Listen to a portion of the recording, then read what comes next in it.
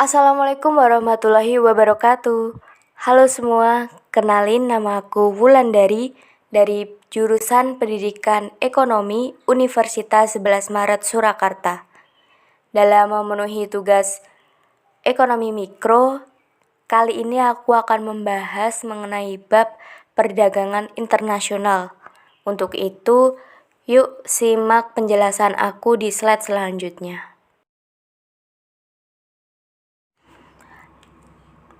Kali ini aku bakalan jelasin mengenai efek perdagangan internasional bagi negara pengekspor dan negara pengimpor. Ini aku bakalan jelasin dulu efeknya bagi negara pengekspor. Nah, sebelumnya kita harus tahu apa sih kurva apa yang kita pakai, terus kira-kira apakah ada hal-hal yang harus kita ketahui gitu sebelum kita masuk ke pembahasannya. Nah, kita tentunya memakai kurva supply dan kurva demand. Di kurva vertikal ini menunjukkan harga atau P, dan kurva horizontalnya menunjukkan kuantitas atau H. Di keseimbangannya itu kita menggunakan harga domestik atau PD dan menggunakan kuantitas keseimbangan domestik atau HID. Di perdagangan internasional ini juga kita menggunakan harga dunia nih, karena internasional ya. Jadi kita menggunakan price world atau PW atau harga dunia.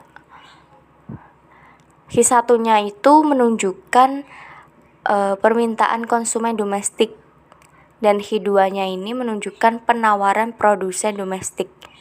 Nah, ketika harga domestik ini lebih rendah atau di bawah harga dunia, maka negara itu lebih banyak mengekspor. Maka dari itu di sepanjang ini, di titik antara H1 dan H2 ini negara lebih banyak mengekspor.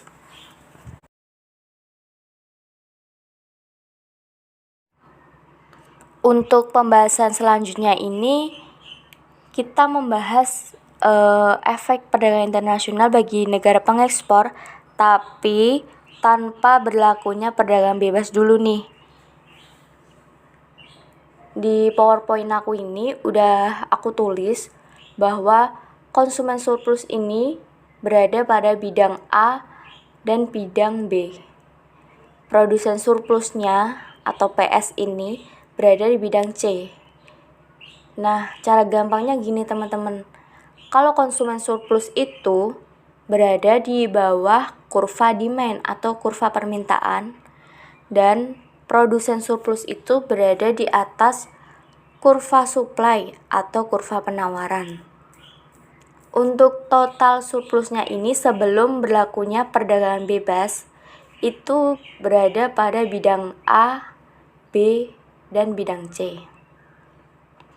Untuk keseimbangannya ini masih sama, yaitu harga domestik atau PD dan kuantitasnya itu HID atau kuantitas keseimbangan domestik.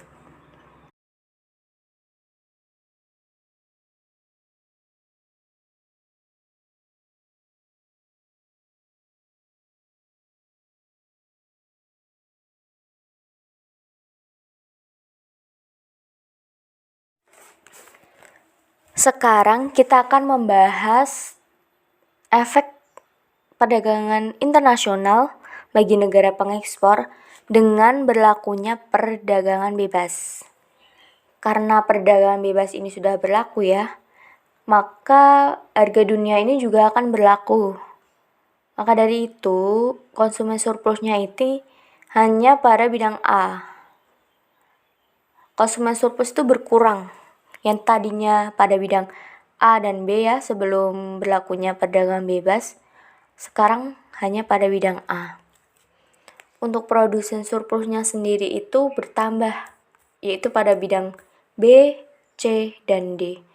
Bidang D ini dinikmati oleh produsen surplus. total surplusnya itu pada bidang A, B, C, dan D. Ketika harga dunia ini lebih tinggi atau di atas harga domestik, maka produsen surplus lebih banyak mengekspor.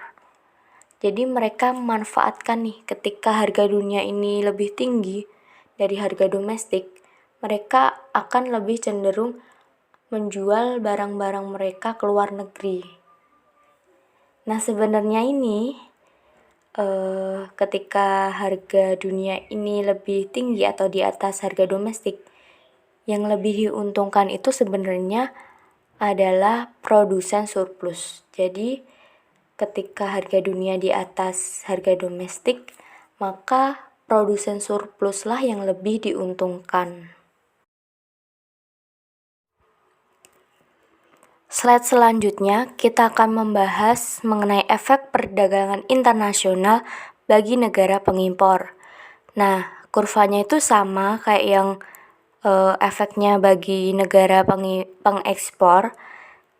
Perbedaannya itu hanya pada ketika dengan berlakunya perdagangan bebas, satunya ini adalah penawaran produsen domestik, dan keduanya itu adalah permintaan konsumen domestik.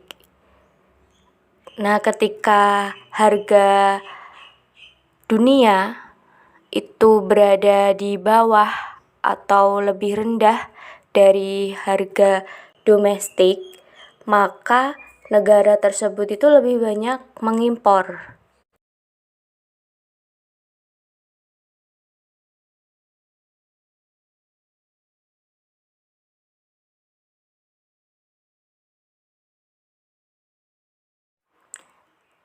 Kita bahas yang pertama, yaitu tanpa perdagangan bebas, di mana konsumen surplusnya itu berada pada bidang A. Produsen surplusnya itu berada di bidang B dan C. Maka dari itu total surplusnya yaitu pada bidang A, B, dan C. Sebelumnya udah aku jelasin bahwa konsumen surplus itu bisa kita lihat dari letaknya, yaitu letaknya itu berada di bawah kurva demand atau kurva permintaan. Nah, untuk produsen surplusnya itu berada pada di atas kurva supply atau kurva penawaran.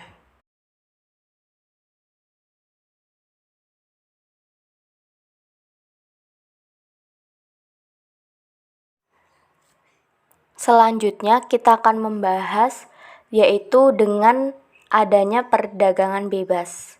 Nah, ketika perdagangan bebas ini diberlakukan, maka harga dunia ini juga akan diberlakukan gitu, teman-teman. Nah, bisa dilihat bahwa konsumen surplusnya ini bidangnya bertambah, yaitu pada bidang A, B, dan D. Produsen surplusnya ini berkurang, hanya pada di bidang C. Maka dari itu total surplusnya yaitu pada bidang A, B, C, dan D. Produsen yang bertahan pada bidang C ini adalah hanya orang atau pengusaha-pengusaha tertentu yang mempunyai mempunyai efisiensi, terus kemampuan-kemampuan tertentu. Karena apa? Karena mereka itu bisa bertahan pada saat harganya ini murah. Bisa dilihat bahwa harga dunia ini di bawah harga domestik. Tentunya ini sangat murah. Jadi hanya pengusaha-pengusaha tertentu yang bisa bertahan pada bidang C. Nah, ketika Q2 ini permintaan domestik ini lebih banyak daripada penawaran domestik, maka produsen ini akan lebih banyak mengimpor. Mereka akan cenderung mengimpor untuk memenuhi permintaan yang diminta oleh konsumen. Nah, di sini itu pada negara pengimpor yang diuntungkan itu ketika harga dunianya lebih rendah atau di bawah harga domestik. Konsumen surplus ya yang lebih diuntungkan. Karena apa? Karena ya harganya dunia aja udah di bawah harga domestik. Mereka akan lebih diuntungkan dong konsumennya. Maka dari itu, dengan diberlakukannya perdagangan bebas, ya harga dunia lebih rendah daripada harga domestik, konsumen surplus lah yang diuntungkan.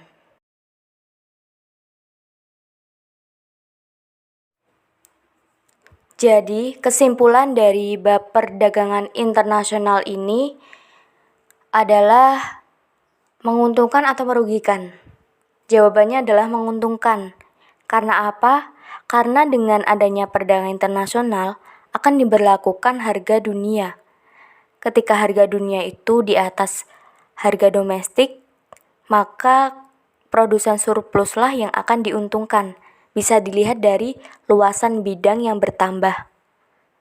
Sebaliknya, ketika harga dunia itu di bawah harga domestik, maka konsumen surplus lah yang akan diuntungkan.